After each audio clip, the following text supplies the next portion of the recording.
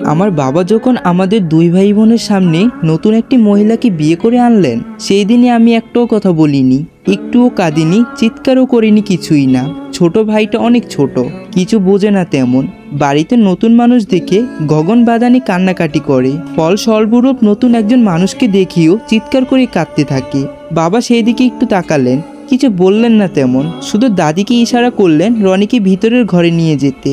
নতুন বউয়ের সামনে কোনো সিনক্রেট করতে চাননি তিনি। অন্যদিন হলেই রনির কান্নার জন্য বাবা আমাকে চড় মেরে বসতেন, ও কেন কেঁদেছে। দাদি খুব ভয় পান তার ছেলেকে। কোনো কথা না বলেই রনিকে ভিতরে নিয়ে গেলেন তিনি। আমি দরজার কোণে ঠায় দাঁড়িয়ে থাকলাম। বাবা ব্রুকুসকি আমার দিকে তাকিয়ে বলল, এইভাবে খুঁটির মতো দাঁড়িয়ে আছো কেন? উনি তোমাদের মা, আজ থেকে ওনাকে ছোট মা বলেই ডাকবে। এখন যাও, ওনাকে সালাম করো। আমি অবাক হয়ে বাবার দিকে তাকালাম। মাত্র 4 মাসও হয়নি আমার মা আমাদের ছেড়ে চলে গেছেন। দিনের পরের দিন বাবার অবহেলার জন্যই একটা মানুষ মৃত্যুর কোলেই ঢলে পড়েছিলেন। এই কয়েকদিনের মধ্যে আবারও বিয়ে করে এসে তাকেও কিনা মা বলে ডাকতে বলছেন আমাকে। তার সোয়াল শক্ত হয়ে ওঠে। আমি বুঝতে পারি বাবা রেগে উঠেছে। রাগ বেশি উঠলে তার পরিমাণ কি হতে পারে তাও আমার ভালোই জানা আছে। তিনি আমাকে ভিন্ন শাস্তি দিতে পছন্দ করেন। সারা রাত আমাকে অন্ধকার বাথরুমে আটকিয়ে রাখার রেকর্ডও আছে তার। আগে মা বাঁচাতো, নিজে মার খেয়ে আমাকে বাঁচাতো। মা চলে যাওয়ার পর কেউই আসে না আমাকে বাঁচাতে। রনি ছোট, দাদি তো ঝমের মতোই ভয় পায় তার ছেলেকে।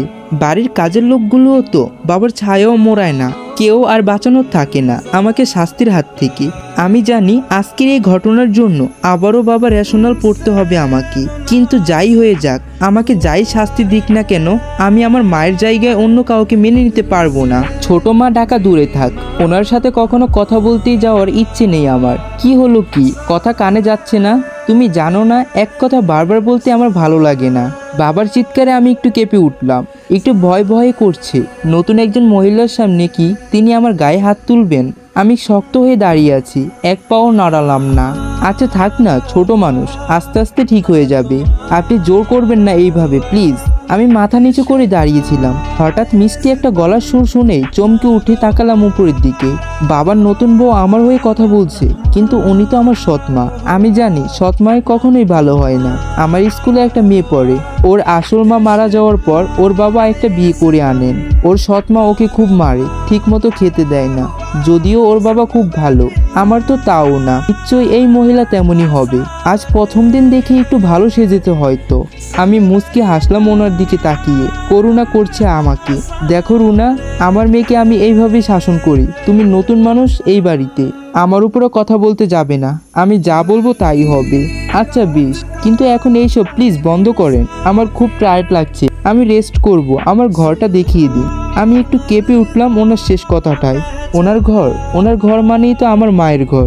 সেই ঘরে এখনো মায়ের গন্ধই লেগে আছে, মায়ের ছোঁয়া আছে সব জিনিসে। সেই ঘরে আজ থেকে উনি থাকবেন, মায়ের গন্ধ মুছে যাবে। তীব্রই কান্না ঢেলে আসতে চায় ভিতর থেকে। গলার কাছে শক্ত হয়ে কষ্টটা আটকিয়ে থাকে। আমি দাঁতে দাঁত চেপে কান্না আটকানোর চেষ্টা করি। বাবা ওনাকে ভিতরে নিয়ে যেতে যেতে আমাদের রক্ত চক্ষু দিয়ে তাকালো। সেই চোখ দিয়ে আগুন জ্বলছিল। কিন্তু আজ কেন জানি বাবার এই চোখগুলো আমার একটু ভয় করছে না। কারণ ভয়ের যে কষ্টই বেশি চেপে ধরেছে আমাকে। খুব মনে পড়ছে আজকে মায়ের কথা। কেন আমাকে সাথে করে নিয়ে গেলে না মা? কেন এই নিষ্ঠুর পৃথিবীতে আমাকে একা রেখে মা চলে গেল? আমি আর থাকতে পারলাম না। বাবা ওনাকে নিয়ে চলে যেতেই আমি ধপ করে মেঝেতে বসে পড়লাম। দু হাঁটুতে মুখ গুজে নিঃশব্দে কাঁদতে লাগলাম।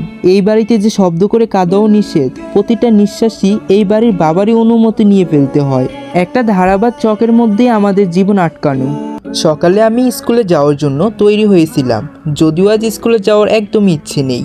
বাসার এই পরিস্থিতি, রনিকে রেখে একটুও যেতে ইচ্ছে করছে না। কিন্তু সামনে আমার এসএসসি পরীক্ষা। এই সময় প্রতিদিন স্কুলে উপস্থিত থাকতেই হবে। এমনিতেও পড়াশোনার অবস্থা একটুও ভালো না মা চলে যাওয়ার পর থেকে।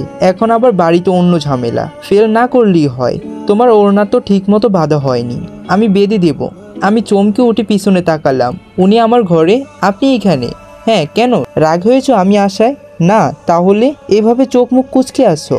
দেখে মনে হচ্ছে রাগ করিস। আমি দেখতে এমন, স্বাভাবিকভাবে থাকলেও আমাকে এমনই দেখায়। বলা শেষ করতে না করতেই দেখি ভদ্রমহিলা হাসতে হাসতে গড়িয়ে পড়েছেন। চোখের পানি চলে এসেছে তার হাসতে হাসতে। কি এমন বললাম এত হাসির? তুমি বেশ মজার কথা বলো তো। আমি উত্তর দিলাম না, এমনিতেও দেরি হয়ে যাচ্ছে। এরই মধ্যে ওনার এত কথা শোনার টাইম নেই আমার। তুমি বেশ সুন্দর দেখতে, একদম তোমার বাবার মতো। আমি একটু টিটকারি সূচক হাসলাম। মোটেও না, আমি আমার মায়ের মতোই দেখতে। আমার মা খুব সুন্দরী ছিলেন। তাই বুঝি আমার চেয়েও সুন্দরী? এইবার তো আর ভালো লাগছে না। উনি কি আমার মায়ের সাথে নিজেকে তুলনা করা শুরু করে দিয়েছেন? আসতে না আসতেই ঘর সংসার সব দখলের চিন্তা। আমি আবার পিছনে ঘুরে ওনার দিকে তাকালাম। ওনার চোখেই চোখ রেখে তাকালাম। গলার সুর যত সম্ভব ঠান্ডা রেখে বললাম, জি, আপনার সৌন্দর্য আমার মায়ের ধারে কাছেও নয়। আপনার মতলব কি আমি বুঝি না ভাবছেন? কোনো একজন বিপ্তিনিক পুরুষ যার ছেলে মেয়ে আছে তাকে বিয়ে করেছেন এত কম বয়সে? বুঝি না আমি।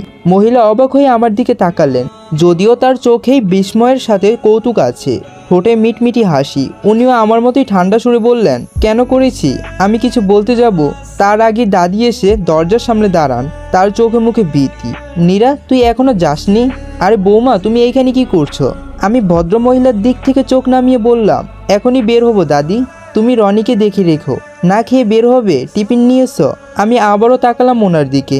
আচ্ছা বেহায়া মহিলা তো, এতগুলো কথা শোনালাম তারপরও কিভাবে কথা বলছে। বৌমা, তুমি নতুন তো, তুমি মনে হয় জানো না, ও বাড়ির কোনো টিফিন পছন্দ করে না। বড় বৌমা কখনোই টিফিন দিতে পারেনি ওকে। বাহিরে থেকেই কিনে খায় সব সময়। সে এতদিন যা করেছে। আজ থেকে আর এইসব করা যাবে না। আমি সকালে রুটি তরকারি করেছি, ওইটাই নিয়ে যাবে। বাহিরের খাবার বেশি খাওয়া যাবে না। বাহিরের খাবার আনহেলদি। নীরা, তুমি চটপট করে রেডি হয়ে চলে আসো, আমি তোমার টিফিন গুছিয়ে দিচ্ছি।